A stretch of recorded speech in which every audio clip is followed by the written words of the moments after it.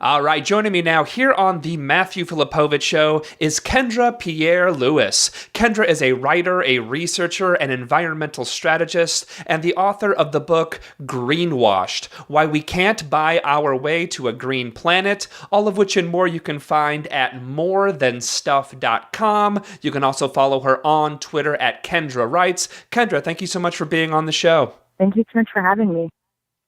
All right, so Kendra, your book, Greenwashed, discusses how we're not going to be able to purchase an easy solution to the climate crisis, which might, frankly, disappoint some people, but it's the truth. Why don't you tell us, what exactly do you mean by we're not going to be able to buy our way out of this?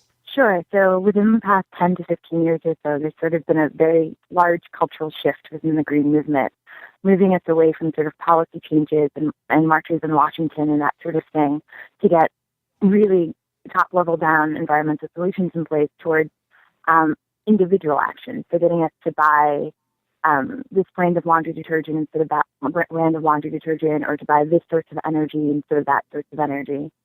Mostly because there's been a sense that there's no longer political will in Washington and even on local and state levels to get the sort of larger policy changes necessary in place, but they didn't want to sort of lose the momentum that they've garnered, and so they've channeled that into individual action. So I'll drive a Prius instead of driving a 4Runner. The problem with that approach, though, is it doesn't work. If you crunch the numbers, we need the large sort of systemic changes in order to create the ecological changes necessary to reduce our energy usage, for example, in the case of climate change, and where that energy is coming from. You can drive a Prius, but you can drive, what's the new one, the Nissan Leaf, that all-electric vehicle, right? But if you're plugging it into your wall socket, if you're in New York City, which is where I am, well, that's coal. So you're not really doing anything. The electricity isn't coming from some magical. But I thought coal was clean now. Didn't you hear that? I thought coal's all clean. Didn't you get that memo? There's an awesome website called Clean Coal is a Dirty Lie. With all of the wonderful ways in which coal is not clean. And that's sort of the big problem. So the idea that coal was clean came out from the idea that we would have the technology. So when we burn coal, that the carbon wouldn't go into the atmosphere, it would go into the ground. It's called carbon capture and sequester. The technology is iffy at best. It has not been widely implemented, and there's theories that even if you could get it into the bedrock, it'll leak out over time, so you're just sort of slowing things down. But even putting that aside, how you get coal out of the ground is incredibly dirty. And then there's the fact that what do you do with the slurry that comes out at the end? That's also incredibly dirty.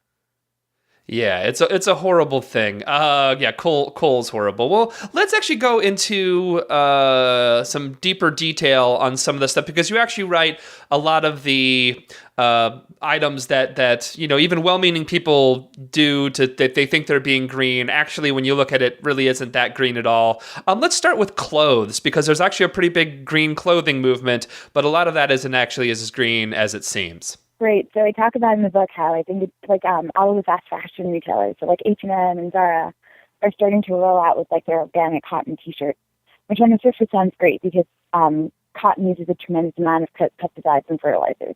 So it really is a movement towards reducing the amount of chemical use in growing cotton. That's great. But the part that they don't talk about is that H&M in particular expects you to wear their clothing items for less than 13 times.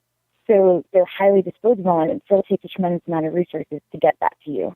And then there's the water issue, which is basically that many of the places where we grow cotton don't have a lot of water. So even though you don't have the pesticide usage, you're still sucking a ton of water out of the ground, and that has huge environmental consequences. But people don't realize that because we're told that it's green and that it's good for the planet, and it's not, unfortunately. Right. Yeah. Let's go through a few of these, because I think there's all this stuff is pretty important to get to, and then we'll get to the kind of the bigger picture. You actually write about organic food and green food, which is also, a lot of that is also not very good for the greater environment as well. It's not that organic food isn't good for the greater environment, it's just that it's become a secondary industry. So if you have the money and the resources, you can buy organic or you can buy local. But if you don't, you're still stuck buying conventional. It's not changing the industry. It's additive, not subtractive. Like the idea is that organic food and sustainable agriculture should replace conventional and genetically modified agriculture. And it's not doing that. It's just creating this niche market where those people who can afford to or are educated enough can opt out of it. It's not creating a system that everyone can opt into. And so it's not actually changing things. Yeah. Let's get through a few of these here. So obviously things like cleaning products and hygiene, there's a big movement on that also isn't necessarily as good as it seems. Tell us about that. Yeah. So one, there's just the obvious like mislabeling where like there's that brand that's like organic, so it's ORGANIX. And so there's the whole like, how do you know if the company really does have a sustainability mandate? Hello? Yeah. Okay. But then there's also the sort of, I talk a lot about like the keratin hair straightening process and how it had formaldehyde in it. And then they said that they took formaldehyde in it. But when you blow dry your hair with the formaldehyde-free formula, the product that comes out is formaldehyde.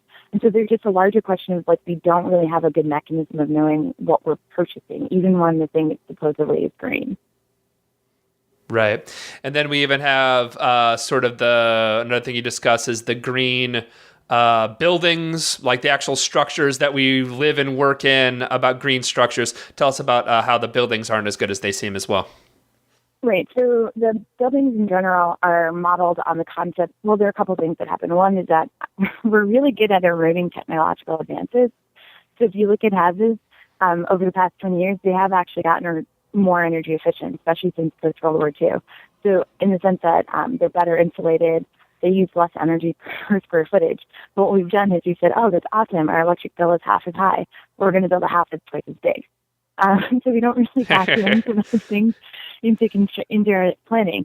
In Connecticut, there are all of these eco-villages where you can buy, like 5,000 square foot green houses that were on virgin land. Well, how green is it to like completely pave over and modify this forested land and turn it into like your country home?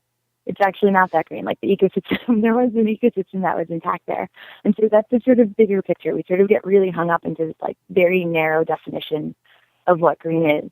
If cotton uses a lot of pesticides, then a cotton shirt that doesn't use a lot of pesticides is green. If our house uses 20, BTUs of energy per square foot, our house that uses 10 is now all of a sudden green. So we'll just build a bigger one. Right. Yeah. I mean, it's ridiculous. And then again, like you really don't need that big of a house, and I think you don't need that much space. And you also need to do this on a place that shouldn't have been paved over in the first place. Right. And the funny thing is house sizes in the United States have gotten bigger while the number of people who live in the houses have gotten smaller. So we have much more house per person. And it's funny because it's not that it's bad that we're focused on how much energy the house uses. That's an important corollary. But it would be as green and as sustainable to just cram more people into that same house than it would be to just, to go and do all of this energy modeling and very intensive things to get the energy usage down. And the perfect solution would be if we could do both. So if you had 10 people in your 5,000 square foot house,